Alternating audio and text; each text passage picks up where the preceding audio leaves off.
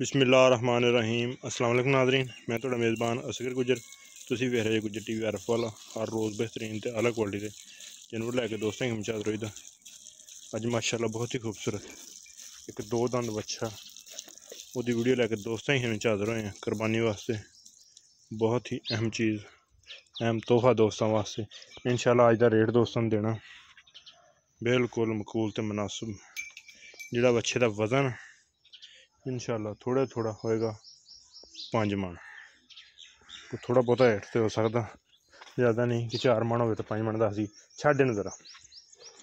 फिर लत्तां पैर बिल्कुल हथ पैर साफ सुथरे,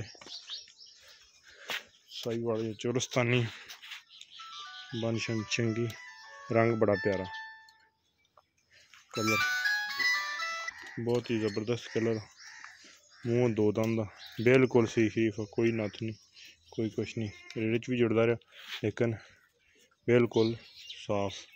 तो वैक्सीन इनू लग गई है। अगर कोई दोस्त कुर्बानी तो कुछ देर पहले ले जाना चाहे बयाना कर लवे, फिर भी दोस्तों नाल गलबात पक्की हो जाएगी। बयाना करके कोई कुर्बानी तो 2 4 5 दिन कभी सानू भेज दियो, फिर भी इंशाल्लाह भेज देगी। इसकी गारंटी होगी हर तरह की, बिल्कुल साफ, कोई जिसम ते निशान, कोई वादा घटा। अगर कोई दोस्त फौरन मंगाना चाहे तो इंशाल्लाह फिर भी मतलब वैक्सीन दी हुई है। किसी किस्म का कोई दोस्तों दिल च डर खौफ डाउट होंदा, लेकिन नहीं इंशाल्लाह बिल्कुल क्लियर ओके मुँह फटता रहता। दोस्तों ने दो दंद खा दिए, नवा ही दो दंद होया। दोस्त चेक कर लो, दो दंद हो गया, नवा ही बिल्कुल कच्चा धुंदा टोरदा रहना। इहदा बिल्कुल मकूल तो मुनासिब रेट है 1,40,000 रुपया टोर, 1,40,000 रुपया। कोई दोस्त इतने रोक के कुछ देर बाद जाना चाहे तो भी जा सकता। मोड़ लिया पिछले बिल्कुल मझां तरह सील शरीफ 1,40,000 की डिमांड।